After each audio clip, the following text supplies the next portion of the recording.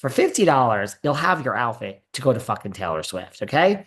And if you have a bunch of kids, well, that's not my problem. I didn't tell you to have fucking kids, nor do I ever want kids. But go and give each kid a $40 outfit, okay? For $200, you just flew fucking halfway across the country. You could spend it on a bunch of. So let's not get that upset that your luggage is lost if you're that rich.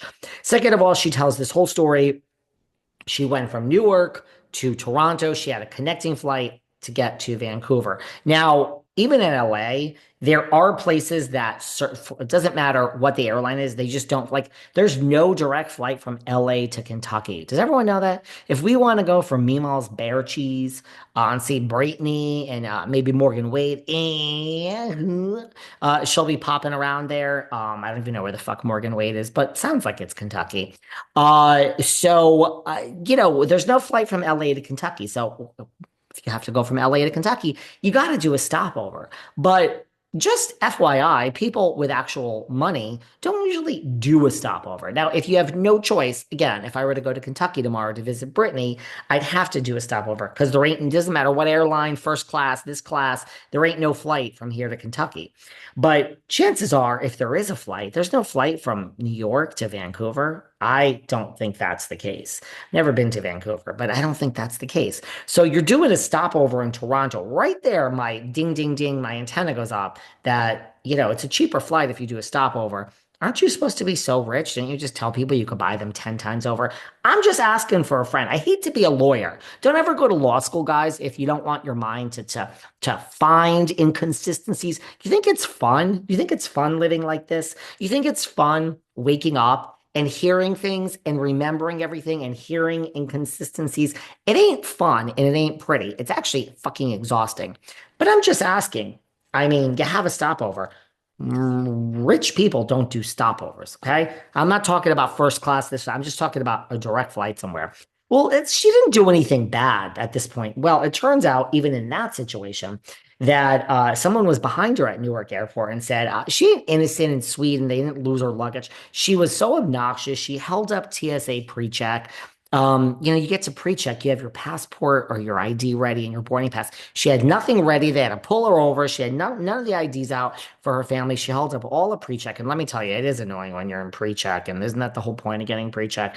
You always got to have your thing out. And by the way, they also said all her bags ding, ding, ding, and went over. They had to go through all the bags, which, I mean, are you a fucking moron? Like, is she just an idiot or just so fucking entitled? Do you have water in the bags?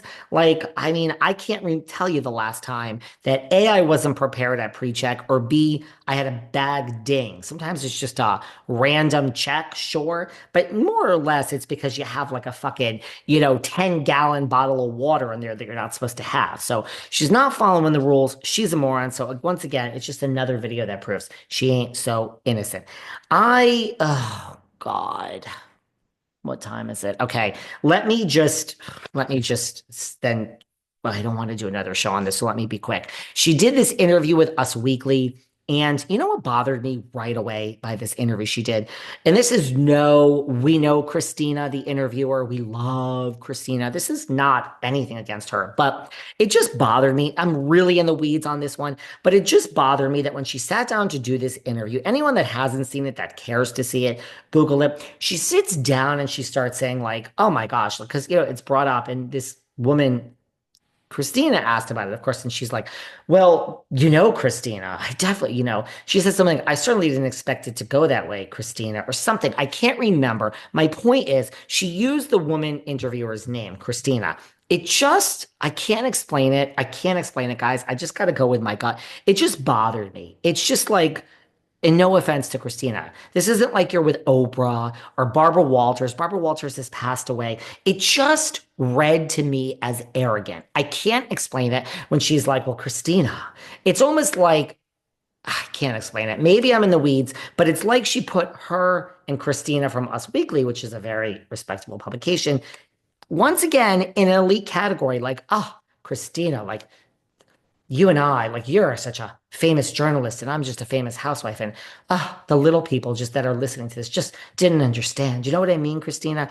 I don't know. I don't know if you guys know what I mean. It just bothered me that she used the woman's name. That's all. I can't help it.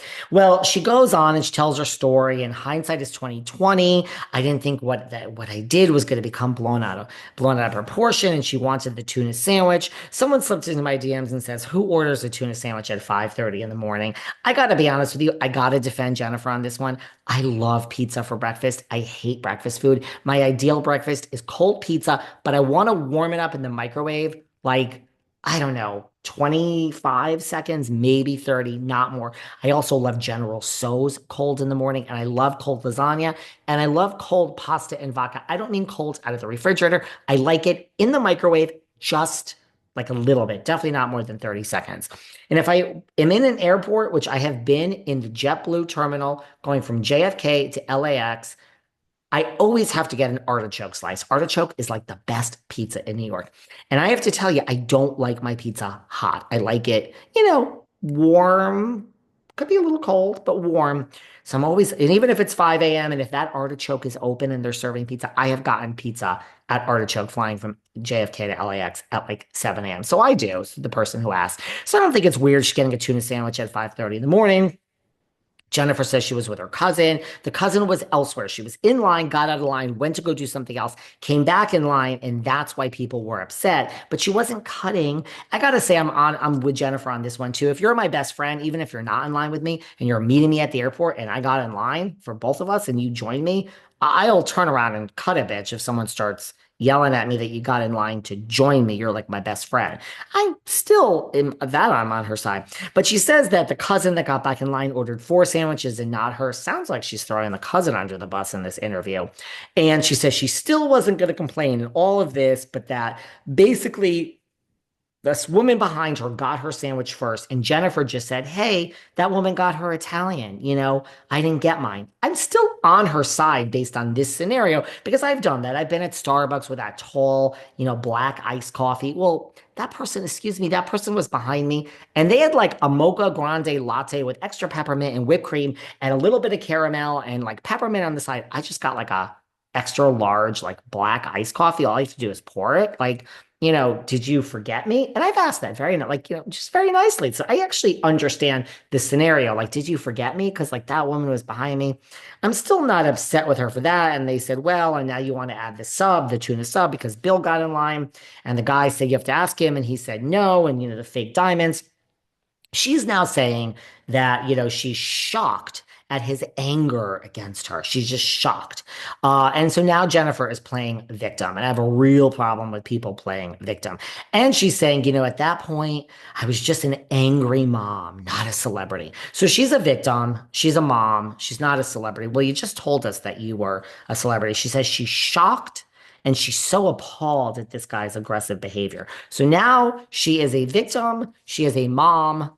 And she sounds like she's a martyr. She's all these things now. So, and she took the phone out just to film him to teach him not to be rude. So now she's like a smart professor that's going to teach people things. I got to tell you, I ain't buying it, Jennifer. She says she learned in this situation that she's not a celebrity and she's not entitled to act a certain way. But she's saying all this in the interview very sarcastically. Girl, you haven't learned anything. And by the way, if all of this is actually still true, and I hate to be the lawyer again and bring it back to this, you're still not addressing the fact in this interview that you told the woman that she was old and she was fucking 80. Mind you, she was like 60 something, okay? And I guess at the end of the year, she did say, okay,